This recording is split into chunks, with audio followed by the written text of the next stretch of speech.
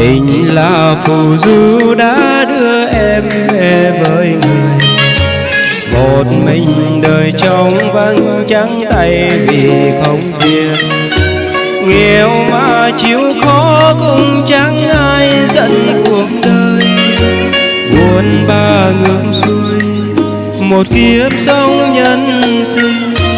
Phần mình nghèo khó nhưng phải đau nào là tội, đời cười người nói xua ta như loài côn trùng.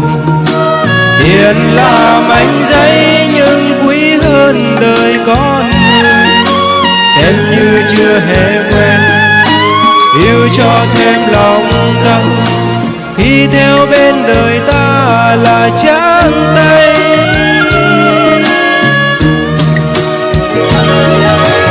Đường đời và nếu đã đưa em xa quân phương trời nào, như tim anh đau cô đơn khóc hận em vì gian dối. Mong sao cho thay đổi thế gian kia người xem thường, đời nhìn ta chua cay từng năm tháng. Người giàu sang lắm của bao nhiêu tiền thiếu chỉ người nghe, đồng tiền kia luôn như keo dán đời em vào hư áo.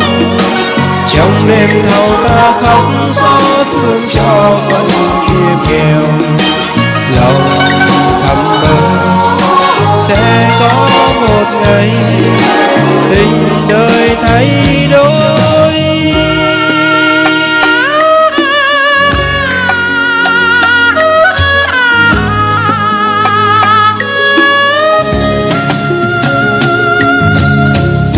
Đường đời vạn nẻo đã đưa em xa khúc phương trời nào, nhịp tim anh đau cô đơn khóc hồng vì em gian dối. Tình là phù du đã đưa em về với người, một mình đời trống vắng trắng tay vì không tiền. Phận mình nghèo nhưng phải đâu nào là tội, phận mình nghèo khó nhưng phải đau nào là tội. Đời cười người nói xua ta như loài côn trùng.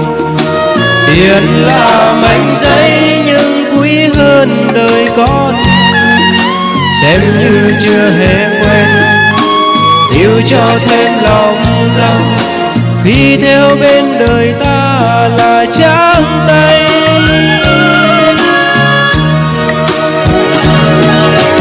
Đường đời và nếu đã đưa em xa quân phương trời nào, nhịp tim anh đau cô đơn khóc hận em vì gian dối.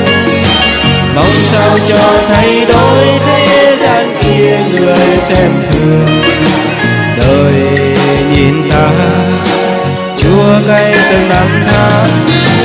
Người giàu sang lắm của bao nhiêu tiền thiếu chỉ người nghe, đồng tiền kia luôn như keo dán đời em vào hư áo. Trong đêm thâu ta khóc xót thương cho phận kia nghèo, lòng thầm mơ sẽ có